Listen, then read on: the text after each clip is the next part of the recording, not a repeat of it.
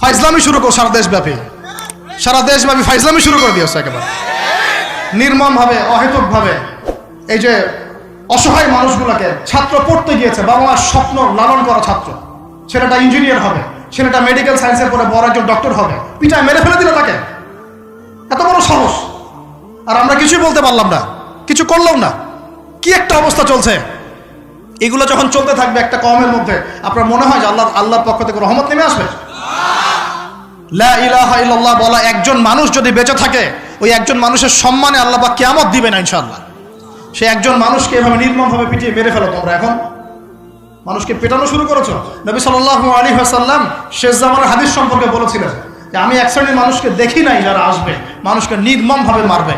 নবীজি বলেছিলেন শেষ জামানায় দুই শ্রেণীর মানুষ আসবে, আমি এদেরকে দেখি নাই। নবীজি দেখেন নাই মানে 1400 বছর আগে ওরা ছিল না। এক শ্রেণী হচ্ছে হাতের মধ্যে মানুষকে মারার কিছু অস্ত্র নিয়ে ঘুরে বেড়াবে, এরা মানুষকে নির্মমভাবে মানুষকে পিটাবে। এই শ্রেণীকে আমি দেখিনি, এরা আসবে পরে। আর এক শ্রেণী হচ্ছে এমন এক শ্রেণীর মহিলা বের হবে যারা কাপড় পরেও নগ্ন থাকবে, নিজেরাও আকৃষ্ট হবে, অন্যকে আকৃষ্ট করবে। তো এই মেয়েদেরকে তো দেখতে পাচ্ছেন, এখন পাচ্ছেন না? তার মানে কিয়ামত কাছে না দূরে? আর আমি এখন ওই হাতে লাঠিওয়ালা ওই গ্রুপকেও খুঁজে পেয়েছি। হাতে লাঠিওয়ালা সেই গ্রুপ কোনটা জানেন? ওই যে ঘরের মধ্যে ঢুকায় যে ছেলেগুলোকে মেরে রাত্রেবেলা মেরে ফেলায়, সেটা গ্রুপের। বিভিন্ন হলে দেখেন না, হকি স্টিক নিয়ে 8-10 জন মিলে এক একটা করে ছেলেকে ডেকে নিয়ে পিটায় মেরে ফেলায়, এগুলা সেই ছেলে। এদেরকে যারা জন্ম দিয়েছে ওই বাপের জন্য ধিক্কার। এদেরকে যারা জন্ম দিয়েছে এই বাপের জন্য ধিক্কার। আর এখন এরকম লেডিস গ্রুপও বের হয়েছে, আর মেয়েদেরকেও হলে ডেকে পিটানো শুরু করেছে। তোমরা কি মনে করো যে 5 জন 6 জন 10 জন মিলে একজনকে সারা রাত টর্চার করে মেরে ফেলানোর মধ্যে সুপুরুষ? তুমি সুপুরুষ, তুমি অনেক বড় বীর। সাহসটাকে তুমি একজন মারামারি করে দেখাও না দেখি। তোমরা এত বড় সাহস, তাহলে একজন মারামারি করে দেখাও না। আসো রিংয়ের মধ্যে আসো, তারপর দেখি তোমার কত শক্তি, আমাদের কত শক্তি। একজন 1-on-1 ব্যাটেলে আসো, খালি হাতে 1-on-1 ব্যাটেলে আসো। 8 জন 10 জন মিলে একটা বুয়েটের ছেলে, একটা মেডিকেলের ছেলে, একটা অমুকের ছেলে, তমুকের ছেলে, বাবা মায়ের স্বপ্ন লালন করা ছেলেগুলোকে ঘরের মধ্যে ঢুকাবা, সারা রাত পিটায় মেরে ফেলবা। এটাকে তোমরা সাফল্য মনে করো, বীরত্ব মনে করো? এই ছেলেগুলোকে জন্ম দিয়েছে যে পিতা মাতায়, এদের জন্য ধিক্কার আমার পক্ষ থেকে। আপনারা এইসব সন্তান জন্ম দিতে গেলেন কেন? খিদির আলাইহিস সালাম বেঁচে থাকলে ছোটবেলায় মেরে ফেলতো এদেরকে। ওই যে খিদির আলাইহিস সালাম ছোটবেলায় একটা বাচ্চাকে মেরে ফেলছিলেন না? মুসা আলাইহিস সালাম বলেছিলেন যে একটা বাচ্চাকে কেন মেরে ফেললেন?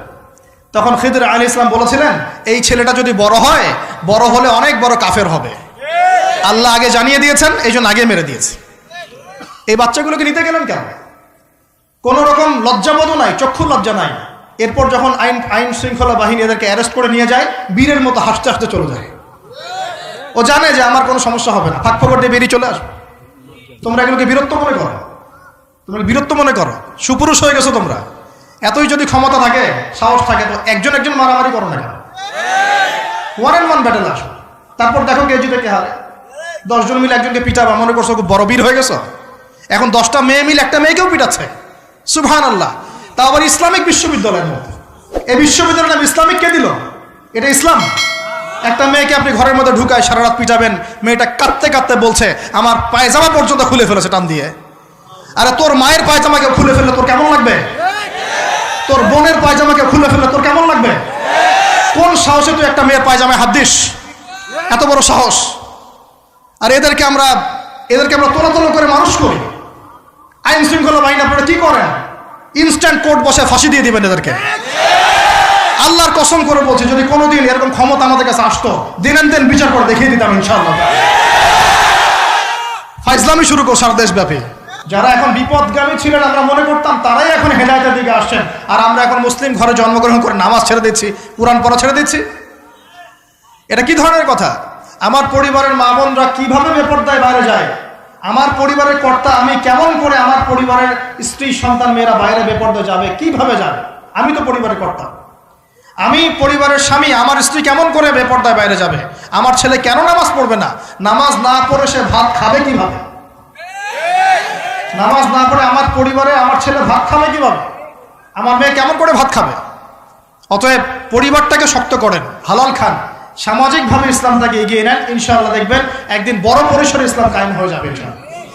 আর আমরা কারোর জন্য বদদোয়া করব না, আমরা দোয়া করব আল্লাহ পাক যেন ঊর্ধ্বতন কর্তৃপক্ষ সবাইকে হেদায়েত দান করেন এবং অন্যায়ের বিরুদ্ধে দাঁড়ানোর তৌফিক দান করেন এবং তাদের হাতে হলেও আল্লাহ পাক যেন ন্যায় প্রতিষ্ঠা করার তৌফিক দান করেন। আর ন্যায় কোনটা অন্যায় এগুলো এসব প্রোটেস্ট্যান্ট মুসলিমরা আপনাদেরকে শেখাতে পারবে না। যারা ইসলাম, কোরআন, সুন্নাহ, সমকালীন বিশ্ব ইতিহাস, অর্থনীতি, সংস্কৃতি, দেশীয় কালচার সব সম্পর্কে জ্ঞান রাখে, এই মানুষরা আপনাকে বলতে পারবে কোনটা সত্য, কোনটা মিথ্যা, কোনটা হক, কোনটা বাতিল। একজন কবর পূজারী আপনাকে কি হেদায়েত দিবে? একজন মাজার পূজারী আপনাকে কি হেদায়েত দিবে? একজন বেদাতি আপনাকে কি হেদায়েত দিবে? হেদায়েত তো নিতে যান খালি ওদের কাছে, আর জ্ঞানী মানুষকে তো মূল্যায়ন করে না। যারা বুদ্ধি বিক্রি করে খায় ওদের কাছে পরামর্শ নিচ্ছেন। আর কিছু বিষয় বলতে বলতে মুখের ফেনা উঠিয়ে দিলাম, তারপরেও কোনোদিনও বললেন না যে হ্যাঁ কথাটা গ্রহণ করা যায়। কি আশ্চর্য! যখন একটা সমাজের মধ্যে এই পাপগুলো ছড়িয়ে পড়বে তখন আল্লাহ পাকের গজব আসবে, এটা আসবেই। কিভাবে প্রতিরোধ করার কোনো সুযোগই নাই, আপনাকে প্রতিকারও করার কোনো সুযোগ নাই। তওবা করে আল্লাহর কাছে ফিরে আসতে হবে, এটাই সলিউশন। এই যে আমরা শহরের কথাই বলছিলাম, আমাদের সমাজের অন্যতম বড় একটা কিয়ামতের আলামত হচ্ছে উঁচু উঁচু বিল্ডিং নির্মাণের প্রতিযোগিতা। নবীজি জীবনের শেষের দিকে যে হাদিসগুলো বলেছেন, শেষের দিকে, তার মধ্যে কিয়ামতের বড় দুইটা আলামত বলেছেন। তার মধ্যে একটা হচ্ছে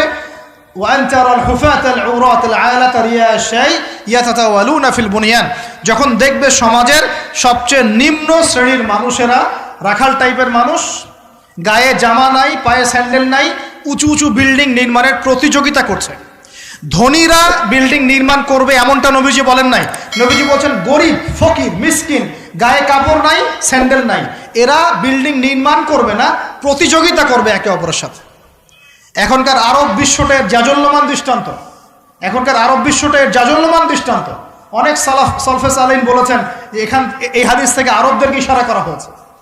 এটা আমাদের ঢাকার মধ্যে চলে আসছে। কালকে যার এক জায়গা টাকা পয়সা ছিল না, আজকে 10 তলা 20 তলা ফ্ল্যাটের মালিক। কিভাবে সম্ভব?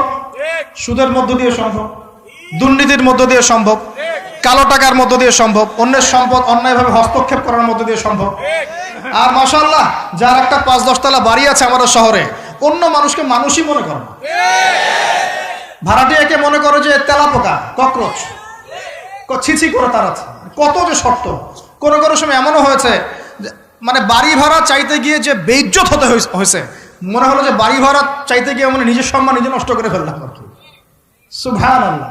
কারণ যখন নিম্ন শ্রেণীর মানুষের কাছে অর্থ আসে তখন কিন্তু এদের মধ্যে কালচার আসে না। সম্পদ আসে ঠিকই, কিন্তু কালচার, সভ্যতা আসে না। তারা অসভ্যই থেকে যায়। কাকে সম্মান দিতে হবে, কাকে দিতে হবে না সেটাও জানে না। কথা বুঝতে পারছেন? এটা আমাদের সমাজ এখন চলছে, হাইলি কনস্ট্রাক্টেড বিল্ডিংসের প্রতিযোগিতা। আর আমরা বলবো কেন, এই যে এখনকার সেকুলার রিপোর্টগুলোই বলছে বেশিরভাগ বিল্ডিংয়েরই দেখা যায় যে কোনো রকমের ভিত্তি নাই। এই 5-6 মাত্রা ভূমিকম্প হলেই সব ধরধর করে পড়ে যাবে। আরও এই যে অহংকার, আমি একটা ফ্ল্যাটের মালিক। ঢাকা শহরে মনে হচ্ছে যেন পরিচয়ের মানদণ্ড হচ্ছে এটাই। জিজ্ঞাসা যদি করেন যে ভাই আপনার নাম কি করেন, বলবে ওই যে ফ্ল্যাটটা দেখছেন 10 তলা, ওইটা আমার। ভাবখানা এমন যে এটাই তার পরিচয়ের মানদণ্ড। সে কি করে, তার শিক্ষাগত যোগ্যতা কি, কোন প্রফেশন, এগুলো বড় কথা নয়। ওই যে ফ্ল্যাটটা দেখছেন 6 তলা, ওইটা আমার। অনেকে এসে পরিচয় দেয়, আমি অমুক পার্টির অমুক, আমি অমুক পার্টির তমুক, আমি অমুকের সাধারণ সম্পাদক, আমি অমুকের সভাপতি। এগুলো পরিচয়, এগুলোই মানুষের পরিচয়। আমি অমুক দল করি, তমুক দল করি। পরিচয় কি তোমার? তুমি কি এই পরিচয় দিয়ে কাল কিয়ামতের মাঠে আল্লাহর সামনে দাঁড়াবা? তোমার পরিচয়টা কি?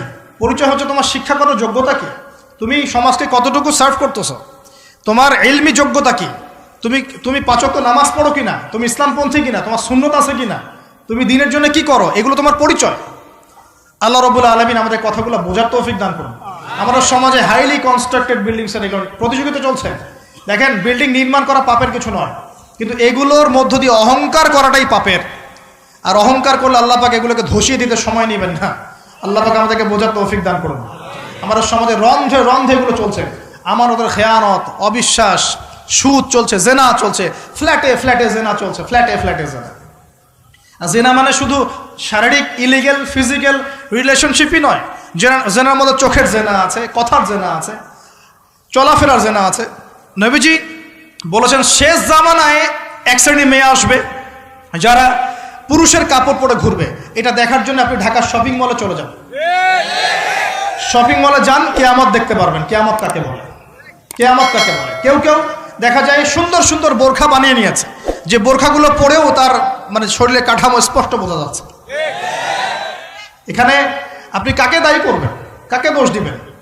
অবৈধ সম্পর্ক, অবৈধ সম্পর্ক ঢাকা শহরের রন্ধ্রে রন্ধ্রে ঢুকে গেছে। অবৈধ সম্পর্ক, টিনেজ 8-10 বছর, ক্লাস 8-এ পড়ে, ক্লাস 9-এ পড়ে, 10-এ পড়ে, এদের মধ্যে ইলিগাল সম্পর্ক চলছে। ইউনিভার্সিটিতে পড়ে, স্কুল কলেজ পাশ করে বিশ্ববিদ্যালয়ে গিয়েছে, ব্যাস ও মনে হয় যে একেবারে পাখা ওর গজায় গেছে, যা ইচ্ছা তাই করতে পারে।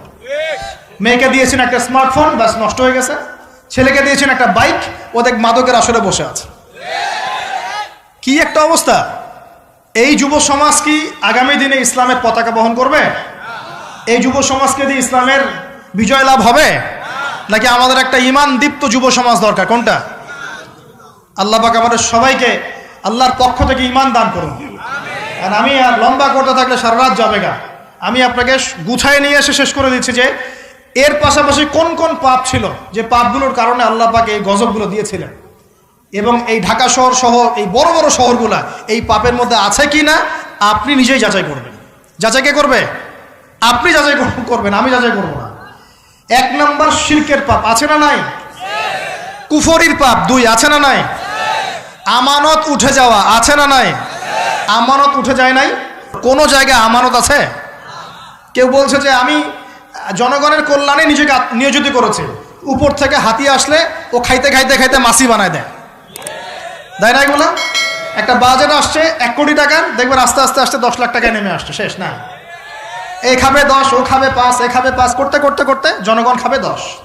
তা আমানত উঠে যায় নাই সমাজ থেকে? 3 নম্বর আমানত উঠে যাবে। 4 বিশ্বাস উঠে যাবে। বিশ্বাস উঠে গেছে না? বাবাও ছেলেকে বিশ্বাস করতে পারে না, এখন স্বামী স্ত্রীকে বিশ্বাস